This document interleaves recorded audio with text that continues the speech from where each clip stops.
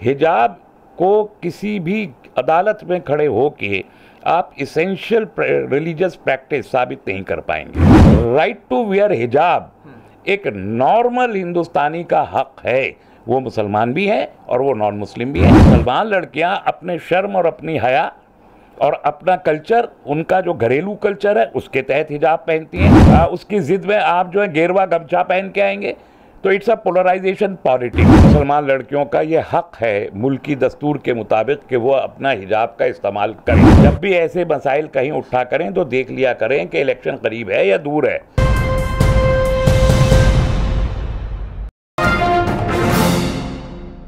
सबसे पहले तो आप अपनी राय मुझे बताइए कि हिजाब पर आप क्या सोचते हैं।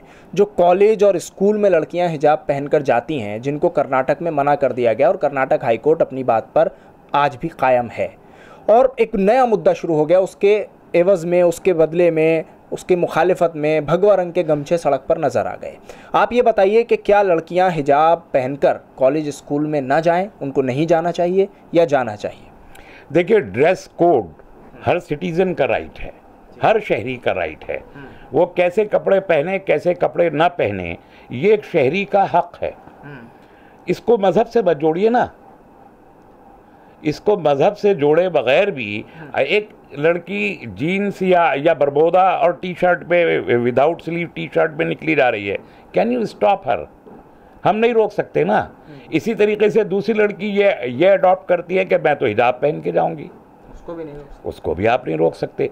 लेकिन जब आप इसको मज़हब से जोड़ देते हैं तब मसला खड़ा होता है।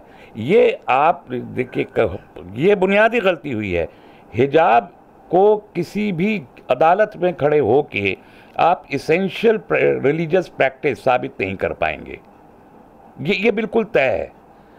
जिस तरीके से ट्रिपल तलाक में आप इंस्टेंट ट्रिपल तलाक को कुरान से साबित नहीं कर पाए, आखिरकार सुप्रीम कोर्ट में गिर गए, हुआ ना ये।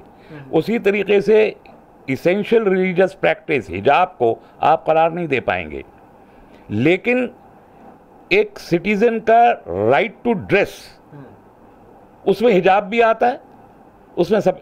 और जो अभी हाल में सुप्रीम कोर्ट ने कहा कि पगड़ी को और किरपान को आप हिजाब के साथ कंपेयर नहीं कर सकते, सही है।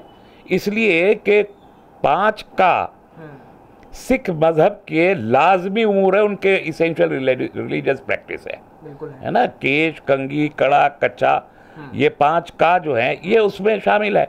उसमें केश जब है तो पगड़ी भी है, तो वो उनका ERP है, इसेंशियल रिलीजियस प्रैक्टिस, वो अपनी जगह है। लेकिन हिजाब का ये मामला इससे ज़्यादा नहीं है कि कुरान ने इस हिजाब का कहीं जिक्र नहीं किया है।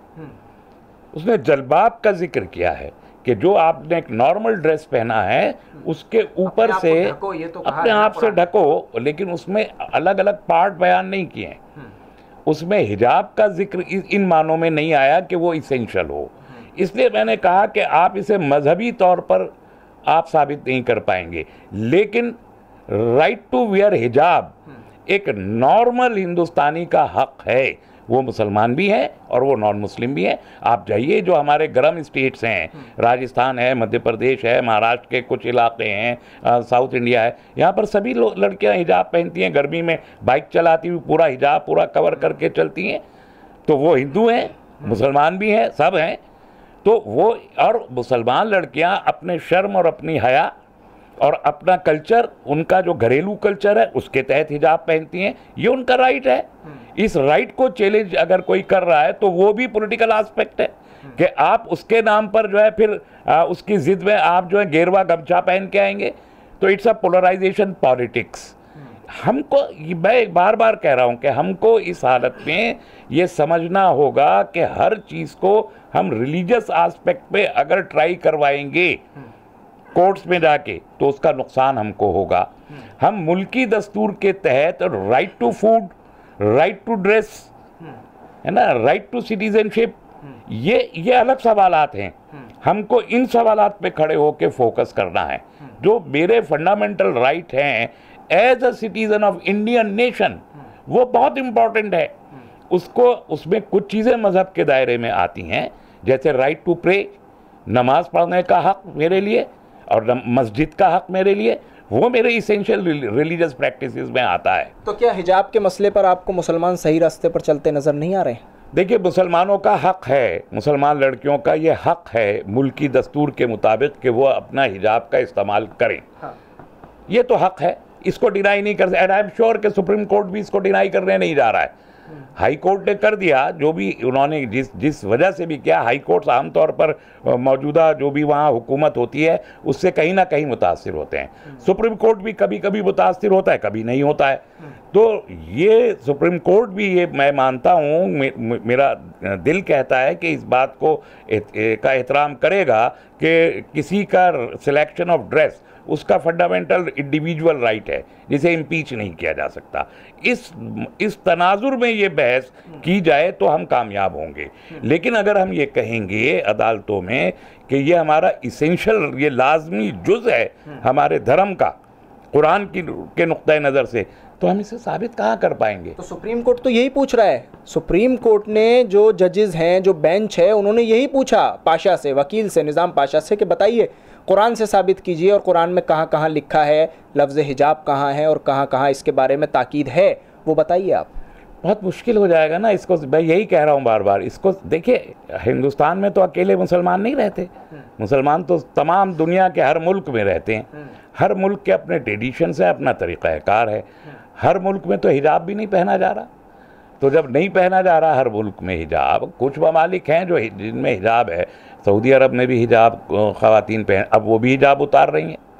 सऊदी अरब में भी हिजाब का इस्तेमाल कम हो रहा है, ईरान में भी हिजाब का इस्तेमाल कम हो रहा है, तुर्की में हो ही नहीं रहा हिजाब का इस्तेमाल, मुश्किल से 10% हो रहा है, ट्यूनिस में मुश्किल से 10% हिजाब औरतें पहनती हैं, मराकुश में 10% से ज़्यादा औरतें हिजाब नहीं पहनती। तो ये तो सारी दुनिया को देखिए ना। अगर ये रिलीजियस, इसेंशियल रिलीजियस प्रैक्टिस है, लाइक नमाज पढ़ना लाजमी है मेरे लिए, उसके बगैर मुसलमान नहीं हो सकता।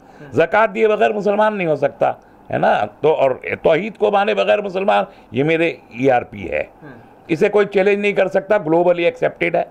लेकिन इसी नुक्ते नज़र से हिजाब को साबित करना ये बहुत मुश्किल काम होगा। लेकिन अगर कुछ लड़कियां पहनकर जाना चाहती हैं स्कूल या कॉलेज में हिजाब, तो उन पर जो रोक लगाई गई है, मैं उस पर आपसे ये जानना चाह रहा हूँ कि वो रोक किस मंशा के तहत है? देखिए, वो सियासी मंशा है। कर्नाटक में तो इलेक्शन होने वाला है। जब भी ऐसे मसाइल कहीं उठा करें तो देख लिया करें कि इलेक्शन करीब है या दूर है। तो वहाँ तो इलेक्शन करीब है, तो ये पॉलिटिकल पोलराइजेशन का एक मुद्दा है। इसलिए मैं कह रहा हूँ कि आप बीजेपी को कहते हैं कि हम बीजेपी को हराना चाहते हैं, हराना चाहिए, लेकिन आप बीजेपी के ही मुद्दों पे फाइट करके कैसे हराएंगे? आपको तो ये सोचना होगा कि जो बीजेपी मुद्दा उठा रही है उस मुद्दे की हवा हमको कैसे निकालनी है। वो हम कर नहीं रहे हैं। हम उसी पिच पे खेल रहे हैं जिस पे बीजेपी हमको खिलवाना चाहती है। तो हम तो बीजेपी के ट्रैप में हिजाब का इशू भी लेके खड़े हो गए। ट्रैप बीजेपी बिछाती है और हम उसमें फंसते हैं। और ये हिजाब वही ट्रैप है कि कर्नाटक से उन्होंने उठाया, वहाँ इलेक्शन होने वाला है, वहाँ उन्होंने गेरुआ गमछे भी जारी कर दिए, वो भी वो पहन रहे हैं। उनका भी ERP नहीं है कोई गेरुआ गमछा। हिंदू सनातन धर्म का भी इसेंशियल रिलीजियस प्रैक्टिस तो नहीं है गेरुआ हो। तो ये पॉलिटिकल पोलराइजेशन, वो उनकी पहचान बना हुआ है, आज उन्होंने बना दिया ज़बरदस्ती। और हमने उस मुद्दे में उलझ के उनको फ़ायदा पहुंचा दिया ये कह के। तो आप एक तरफ ये कहते हैं हराना चाहते हैं, दूसरी तरफ आप उन्हीं की पिच पे खेल रहे हैं, उन्हीं के मुद्दों को उठा रहे हैं, उन्हीं के उठाए हुए मुद्दों को हवा और खाद और पानी दे रहे हैं। आप कैसे हरा लेंगे?